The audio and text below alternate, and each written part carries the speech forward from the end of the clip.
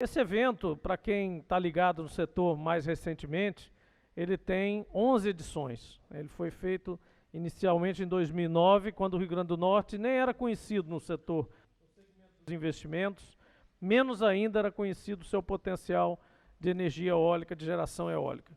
Quem viveu essa época pode se transformar no tempo, e se transportar no tempo e lembrar em 2007, 2008, a luta que tínhamos aqui para provar primeiro que a eólica era verdadeiramente viável para participar dos leilões federais de compra de energia.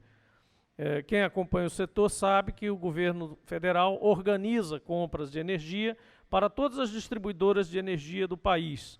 Então, todas as cosernes de todos os estados, principalmente, compram ou adquirem sua energia que chega à sua casa, desses leilões, da organização do leilão que o governo federal faz. Então, todo ano, 1, 2, 3, 4 vezes, o governo, dependendo da demanda, adquire, compra e organiza contratos de compra de energia.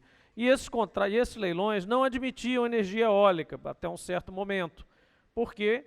Porque se considerava que a energia eólica era cara demais, era o que a gente ouvia na época, é o que houve-se ainda reverberando em relação à energia solar em alguns lugares. É muito caro, o governo não pode comprar porque ele tem fontes mais baratas para dispor. E, na época, em 2008, nós fazíamos um esforço enorme para provar que a energia eólica, não era nem que o Rio Grande do Norte, era que a energia eólica poderia fazer parte da matriz energética brasileira. E o governo, à época, tinha uma postura de que, lá atrás, 2003, 2004, havia uma postura correta de que nós deveríamos aguardar mais desenvolvimento tecnológico de outros países que precisavam dessa fonte, mais do que nós, ao invés de abraçar uma política de subsídio à energia renovável, à energia solar ou à energia eólica. Ou seja, nas palavras da época do presidente Lula e dos ministros, nós não tínhamos condição de fazer o brasileiro pagar só para ter energia dos ventos ou energia do solar na sua casa. Isso era coisa para quem pudesse fazer isso. A Alemanha, o Japão não tivessem opções. Quando essas opções tecnologicamente passaram a ser viáveis, o Brasil então observou esse processo e ingressou gradualmente, foi colocando essas fontes na sua matriz, corretamente. 2008, 2009 foi justamente a era da energia eólica, onde nós, do Rio Grande do Norte, é que levamos a ministra Dilma e o ministro Lobão, depois, posteriormente, naqueles tempos, os estudos, os trabalhos, as contas, mostrando que a energia eólica já poderia sim fazer parte da compra de energia federal, da compra, portanto, das distribuidoras regionais e locais. E isso aconteceu em 2009, o primeiro leilão, que foi específico. Eles tinham ainda um pouquinho de receio, disseram, vamos fazer então um leilão de teste.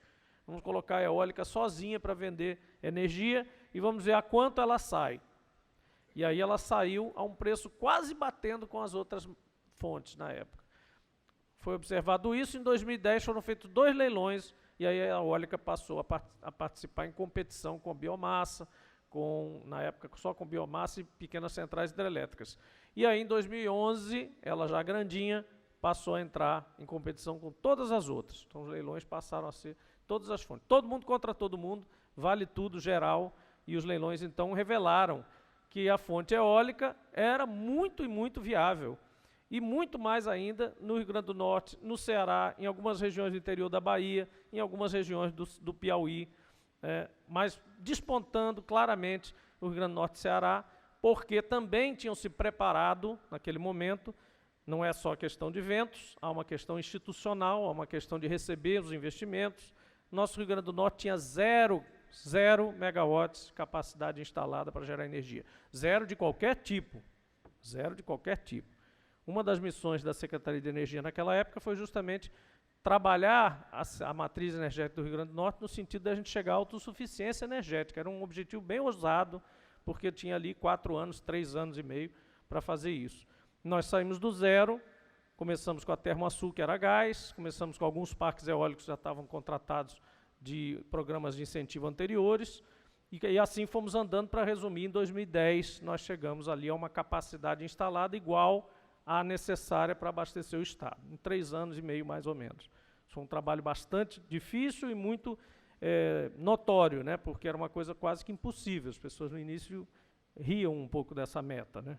Mas nós conseguimos fazer isso, E superamos isso, porque nesses 3 primeiros leilões o Rio Grande do Norte deu de capote em todo mundo, porque a gente tinha preparado todo um ambiente, inclusive no próprio IDEMA, que até hoje subsiste e que subsistiu em todos esses governos que passaram, um procedimento de atendimento especial, um núcleo especial de atendimento a esses projetos de grande porte, que incluiu também petróleo, postos de petróleo, só que a atividade de petróleo, como vocês sabem, foi caindo, né, de importância, e a eólica passou a subir. Então, com esse ambiente saudável de investimentos, que foi mantido como política de Estado, firmemente, em todos esses governos que perpassaram, o setor eólico cresceu como cresceu. Para o Rio Grande do Norte isso foi muito importante, para o Brasil isso é muito importante, e ele continua sendo referência. O Rio Grande do Norte continua sendo a referência, a lanterna de frente, né, de todo o setor. Tudo que se faz aqui se faz antes. Né? Nós depois vamos falar aqui de repotenciação, parques híbridos. Todas essas experiências, todas as dificuldades, os desafios acontecem primeiro no Rio Grande do Norte, porque historicamente nós somos o primeiro estado a ganhar leilões na era que a gente chama da era competitiva da energia eólica. E hoje o Brasil tem um setor eólico nacional, uma indústria importante nacional, que fabrica seus equipamentos no Brasil, com investimento direto na economia, com impostos, pagamentos, empregos sendo gerados, 15 gigawatts, 15 mil megawatts instalados, operando no país todo, 60 bilhões de reais investidos desde 2009 para cá, 60 bilhões de reais investidos no Brasil em energia eólica de 2009 para cá. Mais de 300 mil empregos gerados, mais de 6 mil torres de aerogeradores instaladas hoje. Isso significa mais empregos continuamente. Muito se diz que as construções é que geram mais empregos, mas quando você tem máquinas instaladas, isso significa manutenção, isso significa operação, significa vigilância, uma série de serviços que estão no entorno dessas máquinas. E uma coisa que praticamente ninguém diz, que é o pagamento e o grau de regularização das terras para as famílias que têm terras com energia eólica. Mais de 4 mil famílias hoje recebem no Brasil mais de 10 milhões de reais por mês em pagamentos, pelo uso da área. Para quem não sabe, a eólica normalmente não compra a área, ela arrenda as áreas. E esses pagamentos são feitos aos proprietários de terra, que podem ser desde pessoas com terra muito pequena, com pedaços de terra muito pequenos, até pessoas com fazendas maiores. Mas, de toda forma, nessas regiões, casualmente ou não, o destino ajudou que nessas regiões onde a eólica se instalou, não só no Rio Grande do Norte, como na Bahia, no Piauí, no Ceará, não existem latifúndios.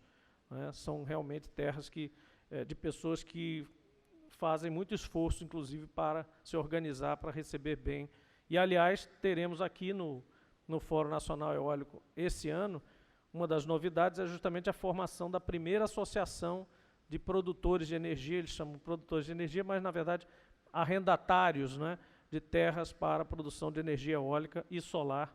Né? Teremos aqui um painel sobre isso. E o melhor disso tudo é que, no caso da eólica, essas pessoas podem continuar criando animais e plantando. Né? Quer dizer, não há uma inacessibilidade, uma inutilização da terra. Há alguns cuidados. Tudo tem seus percalços. Toda vantagem tem a sua contraparte. Né? Nós vamos falar disso também. Falar em contrapartidas, o setor tem sido, isso eu gosto sempre de mencionar, porque para os prefeitos, para as pessoas, para a governadora, para os governadores, o mais importante sempre a governadora sempre termina as conversas com as empresas lá, recebendo as empresas agora, sempre termina falando das parcerias socioambientais que as empresas desenvolvem nas regiões. São parcerias de natureza cultural, da área de saúde, da área social, da área ambiental. Há questões de segurança hídrica, eu anotei alguns casos, que são casos verdadeiros e concretos, que já estão em curso. Segurança hídrica, poços de salinização, perenização de rios ou lagos, inclusão digital, fortalecimento de cadeias produtivas como castanha, mel, coco, mandioca, milho, feijão, melhoria de renda da população, desenvolvimento sustentável, estímulo ao artesanato local, saúde bucal, área de nutrição, prática de esportes, acompanhamento escolar, turismo, arte, gastronomia, cinema, festivais, cursos, treinamentos patrocinados por empresas, projetos educacionais com creches e escolas, ações de cidadania, capacitação de educadores, melhoria do ambiente escolar, debates sobre desenvolvimento sustentável, sustentabilidade, consumo responsável, energias renováveis, enfim, uma gama enorme em todos esses estados de coisas que acabam acontecendo em função do investimento das empresas de energia eólica e também de solar.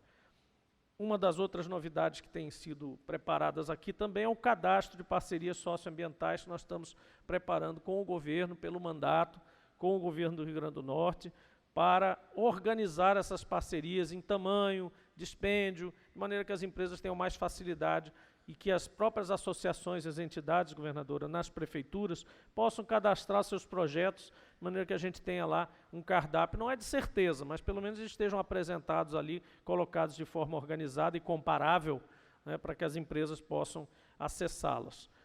Os desafios, para finalizar, os desafios desse setor ainda são grandes. Eu costumo dizer a Elbia, que é a presidente da Beólica, que não conseguiu estar conosco aqui hoje, porque tem uma reunião de conselho lá, no mesmo dia, mesma hora, mas costumo dizer a ela que a gente tem poucos problemas no setor eólico. É um setor que relativamente blindado em relação a essa questão da política, dos governos que vêm e que vão, da própria recessão, a não ser pelo fato de nós termos uma demanda, né, energética que é colada com o crescimento do PIB, mas afora isso, se formos organizar aí organicamente o crescimento das distribuidoras regionais, temos um setor relativamente seguro, com um ambiente regulatório relativamente saudável, que mantém uma certa atratividade. Onde é que está a disputa nesse caso e onde é que está o nosso dever de casa? O Estado tem que fazer o seu papel. O vento pode ser igual no Rio Grande do Norte, no Ceará, mas, no final das contas, cada um de nós, os governadores, tem que fazer o seu papel no sentido de recepcionar bem e ajudar a mitigar os problemas que qualquer investimento, qualquer intervenção não natural exerce numa cidade, numa região, num terreno. O outro desafio que a gente tem hoje, e vocês vão discutir isso aqui no painel apropriado, todo ano tem, é o dos financiamentos, né? Nós tivemos um período nos governos de 2003 a 2014, onde houve uma massiva participação dos bancos públicos nesses financiamentos com condições especiais, incluindo o Banco do Nordeste, nosso grande parceiro aqui na região, que esteve presente aqui na mesa conosco. As concepções vão mudando.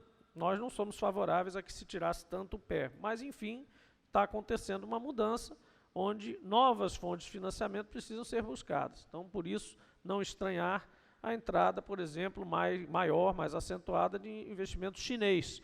O investimento chinês ele é dirigido não apenas por taxa de retorno, mas também por questões estratégicas, de geração de energia para exportação de bens que eles precisam, normalmente comida e minérios, não é? Então, todo o investimento chinês ele tem 2 ou 3 diferentes componentes, não apenas a taxa de retorno direta do investimento propriamente dito. Para não alongar muito, a questão dos licenciamentos está sempre sob jurisdição estadual. O licenciamento é muito importante que funcione, a máquina licenciadora funcione bem, sem privilégios, sem facilidades, claro, sem absolutamente nenhum abuso, mas também, pelo outro lado, o empreendedor, principalmente os montadores de projetos, os desenvolvedores de projetos, precisam se empenhar, porque como o mercado cresceu muito, muita gente se meteu a fazer projetos. Chega lá no órgão regulador e quer uma licença como se o órgão regulador tivesse a obrigação de dar licença a qualquer um que chega lá com qualquer projeto de qualquer tipo. Os projetos têm que ter começo, meio e fim, tem que ter toda uma organização. E o órgão ambiental, infelizmente, às vezes, nos estados, não só o IDEMA como outros, não tem condição de fazer o papel de babá. Não tem condição de dizer, olha, meu filho, vai lá, volta, faz isso aqui de novo, que isso aqui está errado, isso aqui eu não posso licenciar desse jeito. Porque os órgãos reguladores também são vigiados, vigiadíssimos, pelos órgãos que lhe cabem fazer isso. O Ministério Público, por exemplo, ambiental, que tem o dever de, por nós todos, zelar para que o órgão regulador ambiental não prevarique.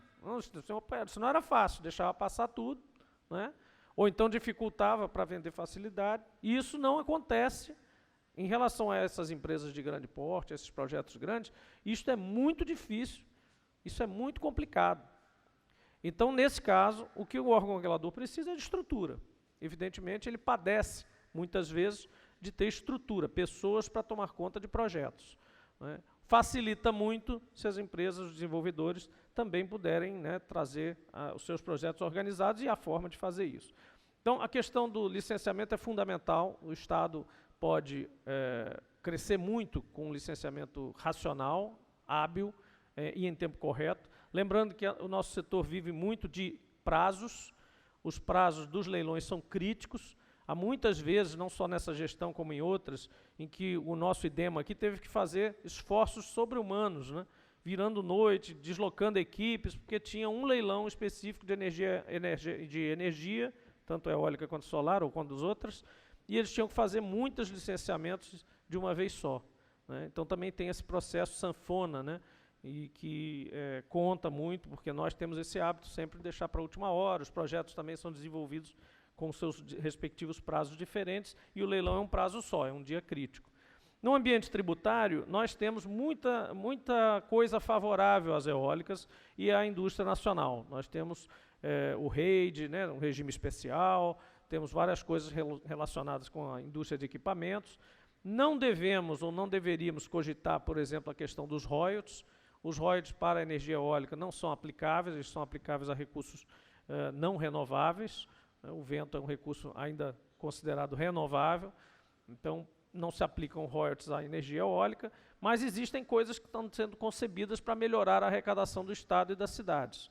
Uma delas, eu estou trabalhando lá em Brasília, sucedendo a senadora Fátima, hoje governadora, que é o ICMS da geração de energia, que hoje é no destino final. Então, a gente gera energia eólica aqui, São Paulo despende, consome essa energia lá em São Paulo, faz um bem, um material qualquer, uma mesa, uma cadeira, um produto industrializado, ganha o ICMS do produto industrializado e ainda ganha o ICMS do gasto de energia que ele teve para fazer aquele bem. É uma disparidade completamente inconcebível para o Brasil, mas que existe desde 88 e ninguém ousou burlar e mexer. Nós temos que mexer nisso, claro, é uma necessidade também de ter um consenso político. A bancada de São Paulo no Congresso, no Parlamento, na Câmara dos Deputados, são 70 deputados, nós temos 8, para você ter ideia da disparidade das coisas. Então nós não podemos, nem juntando com Paraíba 3 vezes, com Ceará 5 vezes, não dá para afrontar em igualdade de condições. Estamos fazendo um trabalho onde a gente faça o projeto de lei, em que chegue num determinado momento, em vez de inverter todo o polo beneficiário do imposto, a gente pare ali no meio do caminho e todos ganhem um pouquinho. Não fazendo nenhum trabalho de conciliação em relação a isso. No entanto, temos a reforma tributária pela frente, vamos ter que colocar esse assunto dentro da reforma tributária. Esse assunto estava sendo trabalhado separadamente, mas agora vamos ter que trabalhar com a reforma tributária também. No ambiente operacional, fundiário, eu falei dos arrendatários produtores, né, estão, evidentemente, se organizando e muito bem. Aqui no CERN, já no ano passado, nós tínhamos feito esse acerto de doar, né, de dar o início a essa associação, ajudar esse início da associação, com um cadastro de terras que já está no ar, que é onde os proprietários têm condição de cadastrar terras para que as empresas vejam se elas são viáveis para eólica ou solar, oferecer suas áreas. Uma minuta padrão, que era uma disputa que a gente tinha muito aqui, as empresas chegavam cada uma com um contrato, e aquilo às vezes causava muita confusão, desde o iniciozinho. Na Serra de Santana, eu me lembro de ter feito uma audiência pública de 250 proprietários de terra numa audiência só, para fechar um parque eólico com a empresa. Fizemos conciliações de cláusulas, etc. Mas os contratos são muito dispersos e a Associação dos Produtores vai trabalhar nisso aí também. E debates com as cidades, sobre as cidades, como é que as cidades podem receber esses empreendimentos. Com as prefeituras, a mesma forma. Nós, pelo mandato, temos trabalhado com as prefeituras, temos um programa de apoio especificamente para as cidades que recebem ou irão receber empreendimentos eólicos ou solares ou energia de qualquer natureza. Petróleo também pode acontecer. E aí temos esse canal aberto e também a discussão de medidas que a gente chama de mitigadoras. Medidas que tentam não só incrementar o máximo possível da contratação local, como diminuir ao máximo o impacto negativo que eventualmente esses empreendimentos podem causar. E muito dinheiro circulando. A gente tem tido discussões, por exemplo, no Mato Grande hoje, sobre segurança, com os prefeitos, com as empresas, com os empregados das empresas. E a primeira coisa que você constata é que, obviamente, uma região que passou a circular muito mais dinheiro, e antigamente só tinha agricultura familiar, quem conhece o Mato Grande, antes das eólicas, e depois, Bocão está aqui, que não me deixa mentir, foi um dos primeiros amigos que a gente teve, Chico, lá em Caiçara também, e outros, sabe perfeitamente a economia pobre, que tinha agricultura de feijão e Bolsa Família, não tinha assaltante. De repente, você passa a ter circulação, como a região de Mossoró teve, na década de 80 e 90, os problemas e os louros, né, do investimento. Evidentemente, o que a gente quer é que o balanço seja sempre positivo, né? Problemas de cidade também, a cidade passa a enfrentar problemas, acidente de trânsito, problemas de, né, circulação de pessoas, enfim, de saúde até, mas tudo isso tem como mitigar. E o que é importante é que o que venha de positivo seja superior e muito ao que vem como consequência do movimento. Então temos esses trabalhos aí junto às prefeituras, temos uma novidade que já não é tão novidade ainda assim, porque ano passado já tínhamos falado sobre isso, mas evoluiu de ano passado para cá, que é a questão dos assentamentos. O Rio Grande do Norte e outros estados do Nordeste, onde tem áreas prolíficas em eólica, tem muitos assentamentos.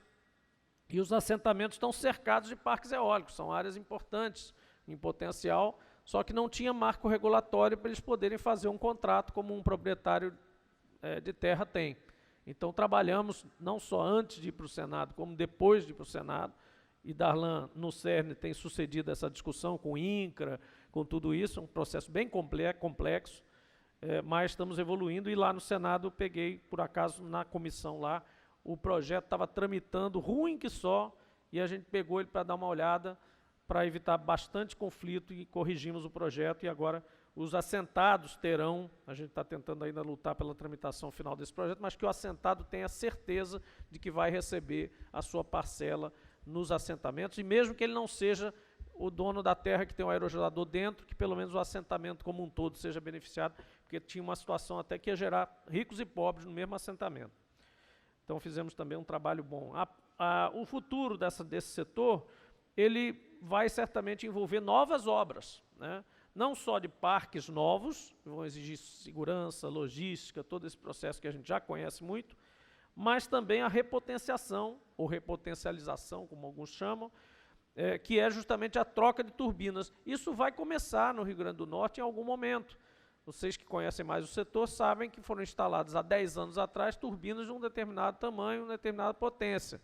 Vai haver um momento regulatório e econômico em que o empreendedor vai dizer, olha, já está na hora de eu trocar, e se eu botar uma turbina 3 vezes maior aqui, eu vou, mesmo que eu pare um tempo de produzir, e para isso eu preciso pedir um stop lá na agência, isso também não está regulado, ninguém sabe como faz, a gente vai ter que fazer, mas no momento que alguém chegar, se eu quero repotenciar o meu parque, como é que eu faço, ANEEL? Aí o nosso amigo André Pepitone e a sua equipe vão ter que se debruçar sobre essa questão e dizer, olha, vamos dar um stop and go ali, como aquele pit stop lá da Fórmula 1, para um pouquinho no box, muda o negócio todo, volta a produzir no seu contrato anterior antigo, e você vai ter uma sobra de energia da nova configuração, que é uma configuração toda nova, não é tirar só as pás, não, você tem que trocar tudo, né? Toda a configuração muda, é uma obra nova, tira tudo e coloca outro novo. E o excesso, o excedente de energia, então você pode ir para outro leilão, por exemplo, pode vender para o Mercado Livre, enfim, vai fazer o seu negócio, que é de interesse da sociedade como um todo, porque ele está usando um pad, uma área, que tem um grande potencial de vento. Então não faz sentido você estar ali, ocupando aquela área com máquinas de determinada geração que não compõem mais a economicidade e a viabilidade que 10 anos depois ou 20 anos depois já pode ser conseguida. Então vamos ter esse processo também, que na verdade se traduz em novas obras, novos empregos, novo ciclo aí de trabalhos. Capacitação em laboratórios, centros de pesquisa, estamos indo muito bem no Rio Grande do Norte e no setor. Acho que a gente tem uma boa massa crítica não vou aqui enumerar de novo, a governadora mencionou o IF, né, nós temos o CTGAS-ER, temos o próprio ISE, né, o Instituto Senai de Inovação, temos agora o Parque Tecnológico que vai começar a receber algumas empresas, não é, como consequência dessa estada delas aqui. E eu quero particularmente lutar por um sítio de testes, que é uma coisa que no Brasil não existe. Um local adequado, com condições iguais e naturais de funcionamento, o Rio Grande do Norte pode oferecer isso, para colocar um tipo de cada máquina e poder ser feito um laboratório ao vivo, né, ali com cada máquina operando nas condições tropicais normais de salinidade, areia, né, maritimidade, vento constante, enfim, adaptados ao nosso ambiente, para a gente poder de novo começar a certificar máquinas, etc. Não vou cansá-los com a parte técnica disso. Por fim, dois pontos. O offshore eólico é um offshore que é a energia no mar. Nós devemos inaugurar isso. O Rio Grande do Norte deve ser o pioneiro disso com um projeto da Petrobras. É muito importante que a gente lute para que a Petrobras termine esse projeto, faça esse projeto. Já ouço rumores de que a Petrobras sairia do resto dessas atividades. Nós estamos lutando lá no Senado duramente para que a Petrobras continue no Estado. Não temos nada contra a entrada de outras empresas, mas há um papel para a Petrobras como estatal no Estado do Rio Grande do Norte e no Brasil. E principalmente abrir caminhos à transição energética brasileira, cabe à Petrobras. Ela fez isso na eólica, foi a primeira instalação eólica mais comercial, que foi justamente em Macau, 2003, aqueles 3 aerogeradores que hoje são anõezinhos, que estão lá. E depois o Parque de Mangue Seco, foi um desses primeiros que me ajudou em 2009 a chegar à autossuficiência no Estado. Então, a Petrobras esteve sempre na frente dessa transição, faz sentido para ela, e mais ainda, gente, faz sentido no offshore. A empresa, afinal, é a maior empresa de offshore do mundo, é a líder em tecnologia offshore mundial. O Mar do Norte, o offshore eólico do Mar do Norte, da Dinamarca, da Noruega, da Inglaterra, começou exatamente em cima da expertise das empresas de petróleo, que ao desativar seus campos já não tão produtivos, como é o caso aqui no mar, passaram a utilizar sua expertise, suas estruturas para, né, o desenvolvimento de energia eólica offshore. Então é importantíssimo que a gente mantenha o foco nisso aí, não percamos essa oportunidade de ter ali em Guamaré, o prefeito Adriano está lá acompanhando, tem um secretário de Desenvolvimento Econômico, Davi, que é da Petrobras, foi da Petrobras, um aposentado de Petrobras, que entende tudo disso, foi gestor da refinaria de Guamaré. Então ali a gente tem ali um alerta bem ligado nesse processo. Mas as decisões são tomadas, como vocês sabem, longe de lá. E por fim, o fornecedor local. Essa é a situação mais importante que a gente precisa trabalhar aqui, e no fórum aqui desse ano, trabalhar bem, que é o fornecedor local. O Rio Grande do Norte talvez não tivesse essa condição antes.